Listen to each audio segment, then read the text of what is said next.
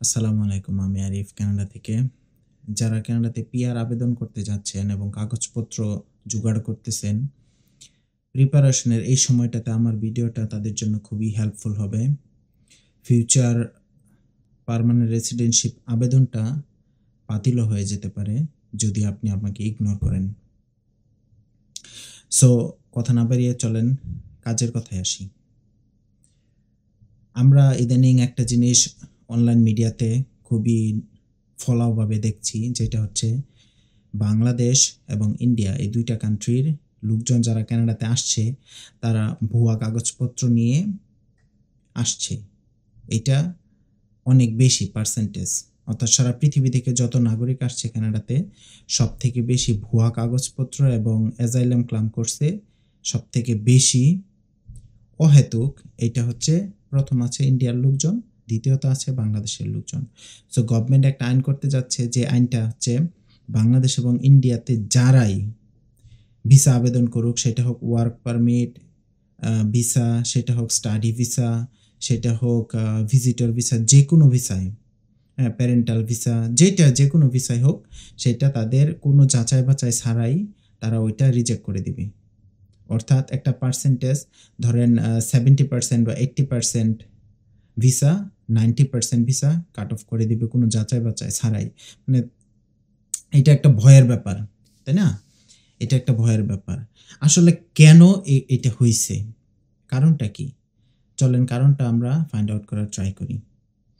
তো আমি শুরুতেই যে কথাটা বলতেছি, যে যারা পার্মানেন্ট রেসিডেন্টশিপ আবেদন করতে যাবেন, এইখানে কিছু ব্যাপার আছে ম্যান্ডেটরি, যে কিছু কাগজপত্র আছে ম্যান্ডেটরি। স্পেশালি যারা দেশের বাহিরে কাজ করছে, ওয়ার্ক এক্সপিরিয়েন্স যাদের আছে, তাদের ওই ওয়ার্ক এক্সপিরিয়েন্সটা এই দেশের গভর্নমেন্টকে প্রুফ করতে হয় যে আমি ওই দেশে এত দিন কাজ করছি এবং আমি এত টাকা বেতন পাইছি এবং এত আওয়ার প্রত্যেক সপ্তাহে কাজ করছি।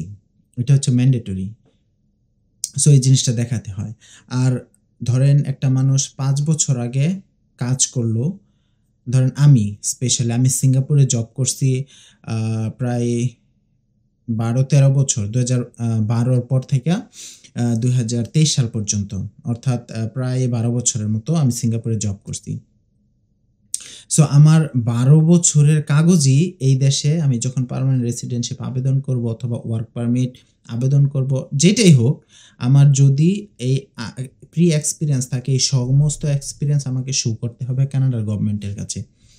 সো এখন আমি ১২ বছর আগের ডকুমেন্ট আমি যদি না রাখি, আমার কাছে যদি না থাকে, তাহলে আমি কিভাবে আবেদনটা করব, কিভাবে প্রুফ করব যে হ্যাঁ আমি কাজ করছি? This is the point.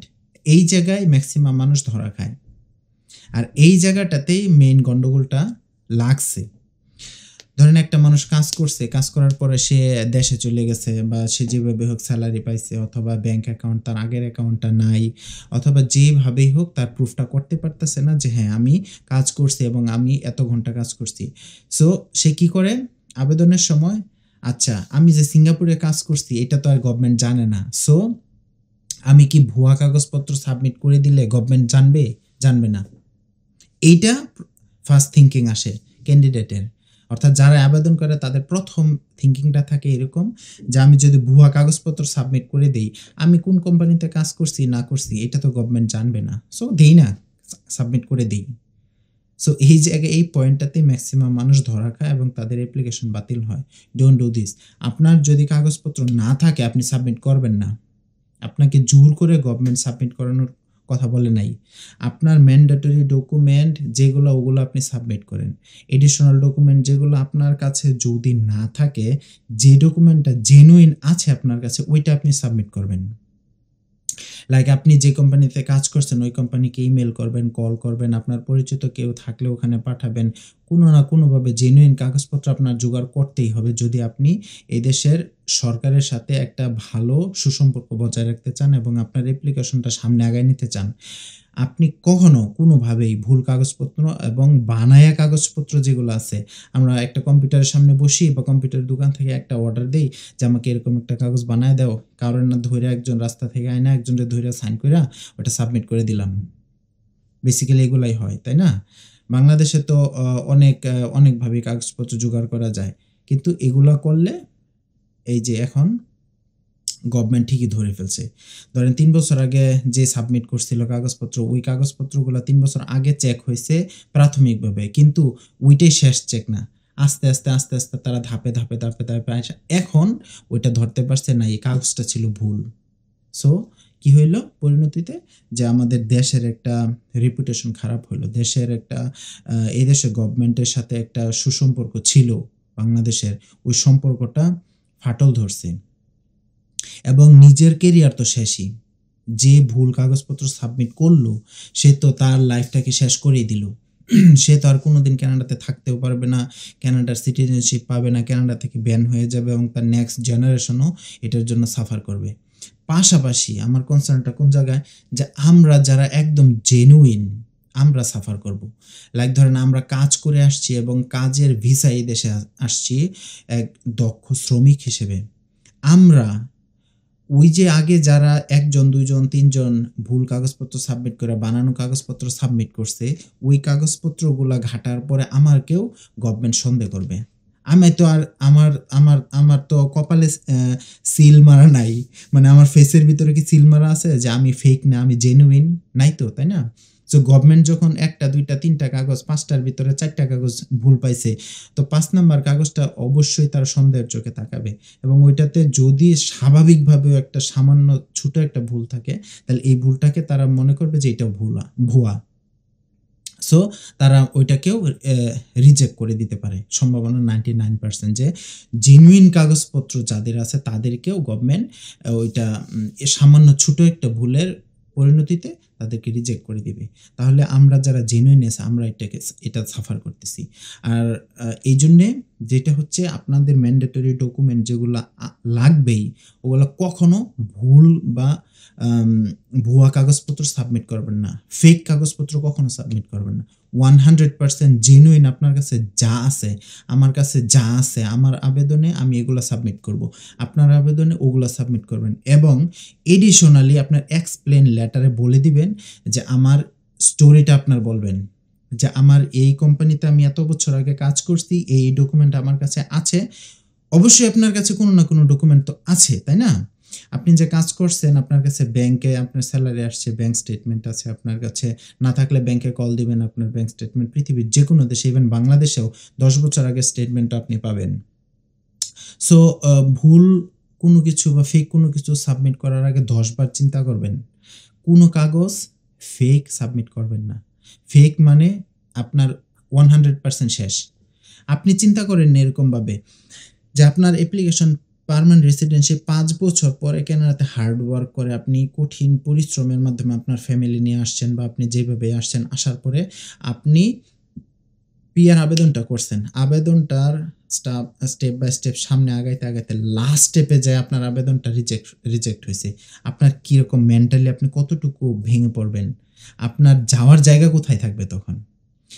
তখন আপনি চিন্তা করবেন যে আপনার যখন আবেদন আপনি যদি 100% ঠিক থাকে এবং জেনুইন কাগজপত্র সাবমিট করেন, তাহলে আপনাকে যদি রিজেক্টও করে দেয়, রিজেক্ট করে দেওয়ার পরে আপনি ওইটা কোর্টে যেয়ে আপনি আবেদন করতে পারবেন যে রিকনসিডারেশনের জন্য, যে হ্যাঁ দেখ আমি এই কাগজপত্র 100% জেনুইন আমার কাছে আছে। আপনি যদি ভুয়া না থাকে কাগজপত্র, আপনার সাথে যদি ভুয়া কাগজপত্র, আপনি যদি রং কোনো কিছু ফেক কোনো কিছু সাবমিট না করেন, আপনার বুকের পাটা থাকবে বড়, মানে আপনার সাহস থাকবে, কনফিডেন্স থাকবে 100%। আপনি যখন জাজের সামনে, এই পাশে আপনার জাজ আর এই পাশে হচ্ছে আপনার ওই অফিসার, মাঝখানে আপনি দাঁড়ায় আছেন, ঠিক আছে? আপনি একবার মনে মনে ইমাজিন করেন, চিন্তা করেন আপনি মাঝখানে দাঁড়ায় আছেন, দুই পাশে, এক পাশে জাজ, এক পাশে হচ্ছে 5 বছরের জন্য ব্যান, আপনার দুইটা দাঁড়ায় আছে, ঠিক আছে? আপনি এদিকে আসলে 5 বছরের জন্য ব্যান খাবেন, আজীবনও হইতে পারে। আর এদিকে গেলে আপনার পার্মানেন্ট রেসিডেন্টশিপ বা আপনার সিটিজেনশিপ হবে। আপনি মাঝখানে দাঁড়ায় আছেন, আপনি কিভাবে আপনার মানে কনফিডেন্সলি আপনাকে জাজকে বুঝাইতে হবে যে জাজ আমি যে কাগজপত্রগুলো সাবমিট করছি এগুলা 100% জেনুইন এবং আপনার উপরে আপনার কাগজপত্রগুলা দেখা জাজে যাতে বলতে পারে এই আইআরসিসি অফিসারকে যে না অফিসার ওর কাগজপত্র ঠিক আছে, তাহলে তুমি এটা আবার রিকনসিডার করো এবং তাকে আরেকটা সুযোগ দাও, তুমি এইটা মানে তোমার হয়তোবা কোথাও একটু ভালোভাবে চিন্তা করার ব্যাপার আছে, সো এগুলো চিন্তা করে আবার ডিসিশন নেও, এই কথাটা যেন আপনার পক্ষে আসে। সো এরকমভাবে যখন একটা কাগজপত্র সাবমিট করবেন, এই কাগজটা আপনি ওরকমভাবে সাবমিট করবেন, কখনো ফেক ভুয়া কোনো কিছু সাবমিট করবেন না। সাবমিট করলে ওই দিন আপনার রায়টা ইয়েস এর মধ্যে আসবে না, নোতে আসবে, এবং আপনি 5 বছর 10 বছর আজীবনের জন্য কানাডা থেকে ব্যান হয়ে যাবেন। সো ফেক কাগজপত্র কোনোভাবেই সাবমিট করবেন না, জেনুইন যা আছে তাই সাবমিট করবেন। আপনাকে এই দিস্তায় দিস্তায় কাগজ সাবমিট করা লাগবে না, আপনার যা আছে যেইটা জেনুইন, যেইটা রিয়েল আপনার কাগজ, ওইটাই আপনি সাবমিট করে দেন, দেখবেন আপনার প্রসেসিংটা সম্পূর্ণ স্মুথ এবং স্মুদার হবে। ঠিক আছে? সো অনেকে যেটা করে যে ফেক ডকুমেন্ট সাবমিট করে, এটা কখনো করবেন না। কানাডাতে আমাদের রেপুটেশন অনেক খারাপ, অনেক ভালো ছিল, এখন বর্তমানে খুবই বাজে, খুবই বাজে। হাজার হাজার লক্ষ লক্ষ মানুষ আসতেছে বাংলাদেশ থেকে, আইসা সোজা এয়ারপোর্টে নাইমাই রোহিঙ্গা ক্লাম করতেছে, রিফিউজি ক্লাম করতেছে, আমরা যেটাকে অ্যাজাইলাম বলি। ঠিক আছে? একটা মানুষ দেশে কোটিপতি, যে কোটি কোটি টাকা সৎ অসৎ উপায়ে যেভাবেই হোক সে কামাই করছে। ঠিক আছে? কামাই করার পরে যারা সৎভাবে কামাই করে টাকা, তারা কখনো টাকার মায়া ছেড়ে আসতে পারে না। এটা আমার পার্সোনাল থট। কে ভালোভাবে কামাই করলো, কে মন্দভাবে কামাই করলো, এটা সেই জানে ভালো তার টাকার। আমি এটা জাজ করার কেউ না। তবে আমার থট, আমার দেশের একটা টাকা যদি আমি কষ্ট করে কামাই, তাহলে ওই একটা টাকার মায়া ছাইরা আমি কখনো আসতে পারবো না, বা আসলেও আমার ওই টাকাটার মায়া পিছুটানটা আমার থাইকে যাবে। সো দেশ থেকে যে crore crore million million dollar নিয়ে যারা এই দেশে আসে, এবং আসার পরে কি করে, তারা বলে রোহিঙ্গা, এই দেশে আইসা রোহিঙ্গা ক্লাম করে। মানে ব্যাপারটা একটাবার চিন্তা করছেন? তারা দেশে গেলে তাদের জানের হুমকি, তাদের সম্পদ অন্যজন লুট করে নিয়ে যাবে, তাদের এই সমস্যা ওই সমস্যা দেখায় গভর্নমেন্টকে বোঝায় যে আমার দেশে আমি নিরাপদ না, তোর দেশে আসছি, তুই আমাকে আশ্রয় দে। এটাই তো অ্যাজাইলাম, মোটা দাগে এটাই তো অ্যাজাইলাম, তাই না? সো সে যে আসলো এই দেশে, আসার পরে এই কাজটা যে করলো, আসলে তো সে দেশে আনসেফ না, ঠিক না? দেশে তার জন্য আরো 10টা মানুষ আনসেফ, ওই মানুষটার জন্য আরো 10টা মানুষ অনিরাপদ এবং ভয়ের মধ্যে থাকে, আতঙ্কের ভিতরে থাকে। কিন্তু যে লোকটা যেভাবে হোক রাজনৈতিক, আমি এগুলো নিয়ে কথা বলতে চাই না, আপনারা ভালো বুঝেন। সো ওই লোকটা আসার পরে যখন গভর্নমেন্ট তার হিস্ট্রিটা তদন্ত করবে, তদন্ত করার পরে দেখবে যে না, ও যেই ডকুমেন্টগুলো সাবমিট করছে 95% বা 98, কিছু কিছু ক্ষেত্রে 100% কাগজপত্রই ভুল থাকে। সো গভর্নমেন্ট তো অবাক যে এই লোকটা এত পরিমাণ আমাদের সাথে চিটিং করতেছে। তাহলে তখন ওই জিনিসটা ডিগ ডাউন করা শুরু করে, আরো বেশি আরেকটা ফাইল ধরে, আরেকটা ফাইল ধরে, আরেকটা ফাইল ধরে, গভীরভাবে চিন্তা করতে করতে করতে করতে, যেমন 10টা ফাইল একসাথে হলো, 10টার ভিতরে 8টা ফাইল যদি এরকম ফেক ধরা পড়ে, তাহলে ধরা পড়ে বলতে কি, ধরা পড়তেছে। সো এখন আমাদের অবস্থাটা এরকম হয়েছে যে আমরা যারা রিয়েল মানে লিগ্যাল কাগজপত্র সাবমিট করছি, তাদেরকে গভর্নমেন্ট আরো বেশি সন্দেহ করতেছে। ঠিক আছে? তাদেরকে আরো বেশি, আপনি দেখেন মিথ্যার জয় কিন্তু প্রথম দিকে খুব বেশি হয়। ঠিক আছে? যদিও মিথ্যা সবসময় পরাজিত এন্ড অফ দ্য ডে, কিন্তু যখন সে বানায় কাগজপত্রটা সাবমিট করছে, সে এত স্ট্রং কাগজপত্র সাবমিট করছে, যেটা দেখা গভর্নমেন্ট তো অবাক যে এত স্ট্রং কাগজপত্রগুলো সবই ফেক। তাহলে আমরা যারা জেনুইন কাগজপত্র সাবমিট করতেছি গভর্নমেন্টের কাছে, যারা জেনুইন একদম সত্যিকার অর্থেই আমরা কি বলে দেশের বাইরে থেকে স্কিল ওয়ার্কার হিসেবে আসছি বা যেভাবেই আসছি, আমাদের সত্যিকার ডকুমেন্টগুলো যারা সাবমিট করছি, এইগুলোর ভিতরে কিন্তু অত স্ট্রং ডকুমেন্ট হয় না। জেনুইন তো জেনুইনই। আমি একটা 5 বছর আগে একটা কাগজ আছে, ওই কাগজটার হয়তো বা একটা ফটো আছে আমার ফোনে। ঠিক আছে? ওই ফটোটা সাবমিট করছি, কারণ আমার পেজটা, হ্যাঁ, অনেক সময় যে চাকরি করছি, যে জায়গায় স্যালারি আসতো ব্যাংক অ্যাকাউন্ট নাই, অথবা আমি হাতে দিত, পেজটা দিত, সাইন দিতে হইতো, ওইটার একটা কাগজ আমি ছবি তুলে রাখছি। 5 বছরের আগে কাগজ তো আমি ব্যাগের ভিতরে ঢুকায় রাখি নাই। আর 5 বছর আগে আমাদের অনেকের প্ল্যানই নাই যে আমি কানাডাতে যাব, বা কানাডাতে গেলেও যে ওই কাগজটাই আমার লাগবে পরবর্তীতে, এটাও আমরা জানি না। সো ওই কাগজটা আমার কাছে নাই, হয়তো বা ফোনে একটা ছবি আছে। এই ছবিটা আমি যখন সাবমিট করব, আর একটা লোক জেনুইন অরিজিনাল কাগজ, বানানো কাগজ কম্পিউটারে স্ক্যান করে যদি সাবমিট করে, তাহলে তারটা দেখা যাবে, তারটাই শক্তিশালী বেশি। আমারটা মনে হবে যে না, এটা ঠুনকো একটা কাগজ, স্বাভাবিক একটা কাগজ। কিন্তু আপনি দেখেন তখন তখন আইআরসিসি অফিসারে চিন্তা করবে, কিরে এর কাগজটা এরকম দুর্বল লাগতেছে, মনে হয় এও ফেক। স্বাভাবিকভাবে এটা হবেই, তাই না? সো এই ব্যাপারগুলো মাথায় রাখবেন। বানায় কোনো কিছু সাবমিট করবেন না। যেটা নাই আপনার কাছে ওইটা এক্সপ্লেইন করবেন যে আমার কাছে এইটা কাগজ নাই, কেন নাই, এই জিনিসগুলো আপনি পয়েন্ট আউট করে দিবেন। যারা মনে করেন একটা অফিসারে ৫,০০০ ১০,০০০ ফাইল ঘাইট্টা আসছে, এই জায়গায় চেয়ারে বসছে, ঠিক আছে?